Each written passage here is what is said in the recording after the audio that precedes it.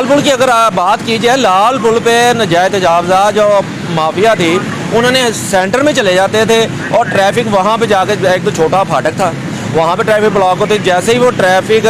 کی تھوڑی سی روانی ہوتی آگے یہ ریڑھی مافیا ان کے ساتھ کیا ان کو ایک سائڈ پہ، آج تو وہاں پہ بڑے اچھے طریقے سے ایک سائڈ پہ بیٹھے ہوئے. کیوں سر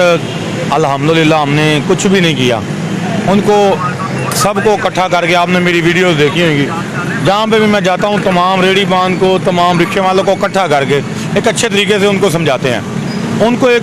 فیسیلیٹیٹ بھی کرتے ہیں کہ آپ کو پچھلی سائڈ پہ ہم یہاں پہ جگہ دے رہے ہیں، جو اپنا رزق کمائیں، اپنا ہم آپ کے بچوں کا رزق ختم کرنے کے لیے نہیں آئے، لیکن جو آپ لوگوں کا حق کے راہ مار رہے ہیں اس کو پلیز چھوڑ دیں.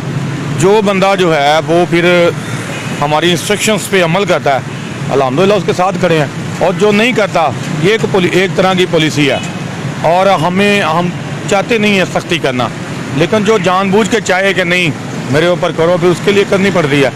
اس میں میری ٹیم کا اور افسران بالا کا جو بڑی توجہ دے رہے ہیں، ہمیں بیک اپ کر رہے ہیں، ہر جگہ پہ ہمارے ساتھ کھڑے ہوتے ہیں، وہ ان کا بڑا رول ہے، ان کو بڑی توجہ ہے. ایک اور تھا جو میں سوشل میڈیا پہ اکثر دیکھ رہا ہوں کہ ڈی ایس پی ملک تنویر صاحب بڑے درد دل رکھتے ہیں، اکثر میں نے دیکھا ریڑھی بان کوئی اماں جی ہوں یا کوئی بزرگ شہری ان کے پاس کھڑے ہو جاتے ہیں، ان کی مدد کرنا چاہتے ہیں، وہ کیوں آپ کرتے ہیں؟ میں نے تو نہیں ایسا. سر یہ اگر آپ میری یہ نصیحت ہے میری ویڈیو دیکھنے والوں کو، اگر آپ امیر ہونا چاہتے ہیں نا،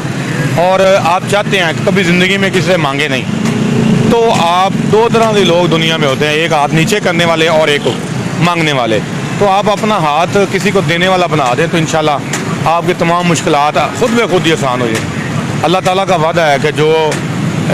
میرے بندوں کی خدمت میں 1 روپیہ میرے نام پہ خرچ کرتا ہے اللہ اس کو 70 گنا دیتا ہے. ہم اس کا اقرار نا یہاں سے اوپر کرتے ہیں، اگر دل سے کر لیں